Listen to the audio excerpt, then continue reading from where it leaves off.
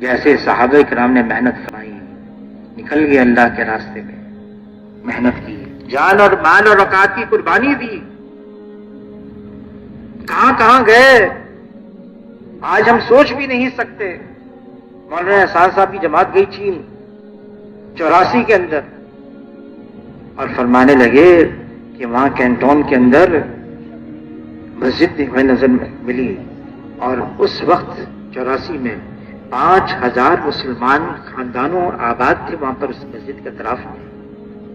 کیسے؟ کہا ایک صحابی کی یہاں قبر ہے، پہنچ گئے، صحابی کی قبر بھی وہی ہے، اور کہا میں واپس آیا۔ مولانا احسان صاحب فرمانے لگے تحقیق کی یہ کون سے صحابی ہیں؟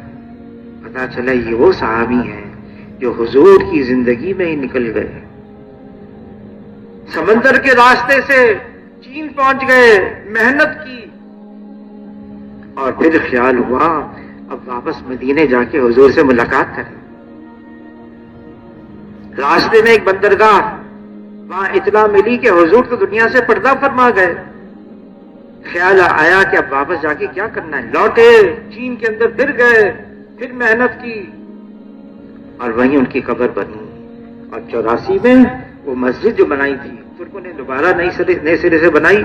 فرمانے لگے اس وقت 5000 مسلمان گھرانے پھر بھی آباد تھے، محنت کی۔ یہ امت صرف اپنے لیے نہیں آئی ہے، یہ امت اوروں کے لیے بھی ہے۔ اخرجت للناس، انسانیت، انسانوں کی طرف بھیجا گیا ہے ہمیں، انہیں اللہ کی طرف بلانا ہے، انہیں بتانا ہے دنیا کا مقصد کیا ہے، دنیا میں کیوں آئے ہیں، یہ دنیاوی زندگی کس کے لیے ملی ہے، یہ کون ہے جو بتائے گا۔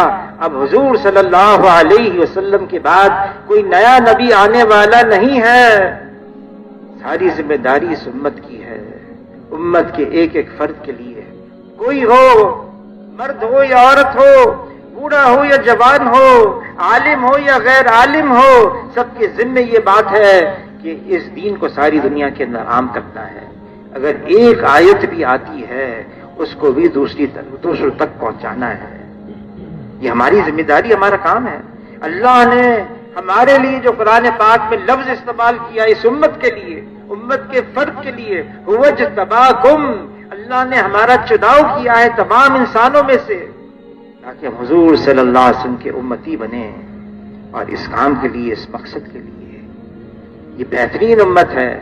آئی تو سب سے آخر میں ہے، سب سے پہلے جنت میں جائے گی، حشر کے میدان میں یہ امت چلے گی، سابقہ امتیں اس امت کو دیکھ کر پوچھیں گی یہ کون لوگ ہیں، ان کو بتایا جائے گا یہ حضور صلی اللہ علیہ وسلم کے امتی ہیں، حیران ہو کر کہیں گے ان کے چہروں کا نور بمثل انبیاء علیہ السلام کے چہرے کے نور کے ہے۔ کیوں؟ یہ وہ کام کرتی ہے، لیکن اس امت سے کوتاہی ہو گئی، غفلت ہو گئی، بہت بڑی غفلت ہو گئی۔ جو کام ہمارے ذمہ لگا تھا ہم اس کو بھول گئے۔ اس پر تو سب سے پہلے ہم استغفار کریں، اللہ سے معافی مانگیں۔ اے اللہ ہم سے واقعی کوتاہی ہوئی، جس کام کے لیے ہمیں بھیجا گیا تھا ہم نے دنیا کو سب کچھ سمجھ لیا۔ ٹھیک ہے یہاں کی ضروریات ہیں، یہاں کے تقاضے ہیں، لیکن دنیا کی مشغولی، دنیا کی مصروفیت، دنیا کا انہماک اس نے دھوکے میں ڈال دیا ہے۔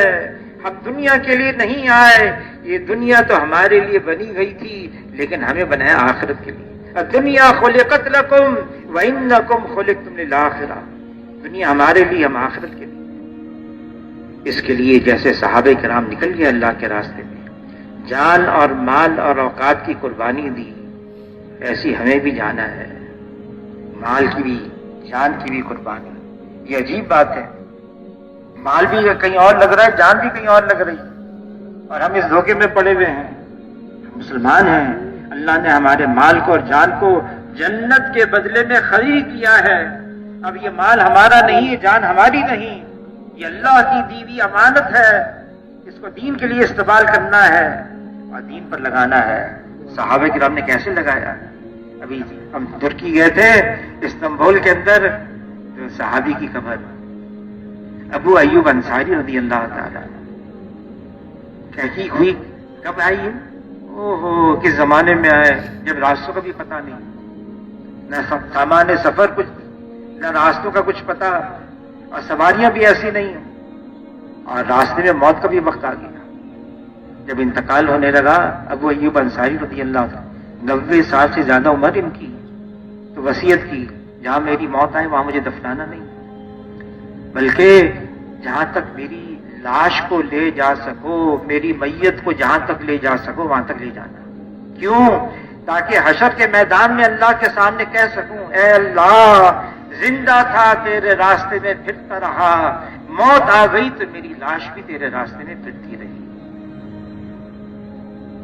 اور وہ وہاں پر ترکی میں ان کی قبر ہے استنبول کے اندر، نکل گئے۔ اور کون ہے یہ ابو ایوب انصاری رضی اللہ تعالیٰ عنہ؟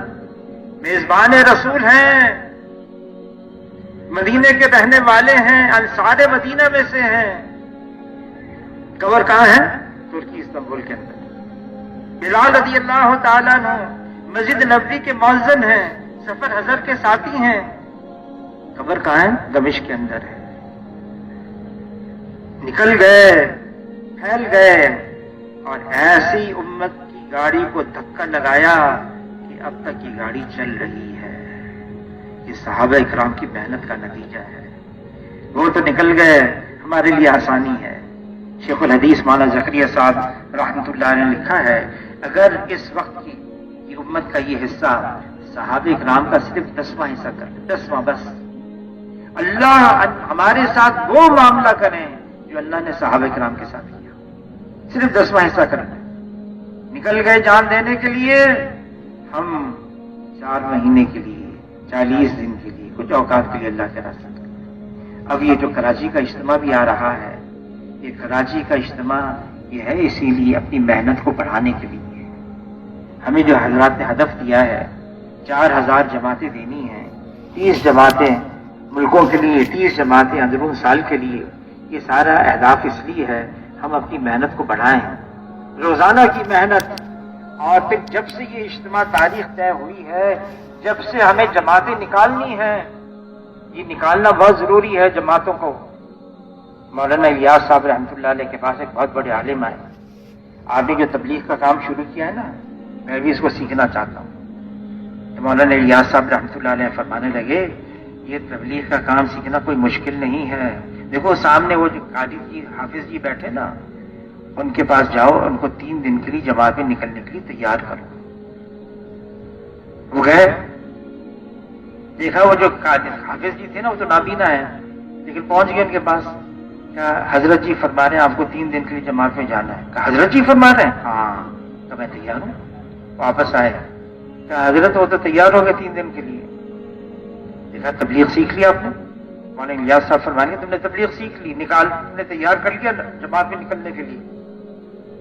لیکن وہ صاحب فرمانے لگے ایک بات سمجھ میں نہیں آئی، وہ تو نابینا ہے، جب نکلیں گے انسان ہے، ظاہر ضروریات ہیں، مسجد میں آنا، وضو کرنا، استنجا کرنا، سونا، کھانا، یہ کیا کریں گے، کیسے کریں گے؟ یہ تو ٹھوکریں کھائیں گے۔ تو مولانا الیاس صاحب رحمۃ اللہ فرمانے میں یہی چاہتا ہوں کہ اللہ کے راستے میں نکلے اور ٹھوکریں کھائے۔ جب اللہ کے راستے میں نکل کر ٹھوکریں کھائے گا، اللہ کو رحم اور پیار آئے گا، پھر اللہ ہدایت کے فیصلے فرمائیں گے۔ ہدایت تو صرف اللہ کے ہاتھ میں ہے، جب ہدایت کے لیے یہ ٹھوکریں کھائے گا پھر اللہ ہدایت کو عام فرمائیں گے۔ یہ کام ایسا ہے، مشقت، مجاہدہ، محنت، قربانی، حالات سازگار ہوں یا نہ ہوں، انفروا خفافا وثقالا، نکلو اللہ کے راستے میں، خواہ ہلکے ہو یا بوجھل ہو۔ یہ کام ہے اور یہ امت کے ذمے ہے، ہمیں نکلنا ہے اللہ کے راستے میں اور اللہ کی رحمت کو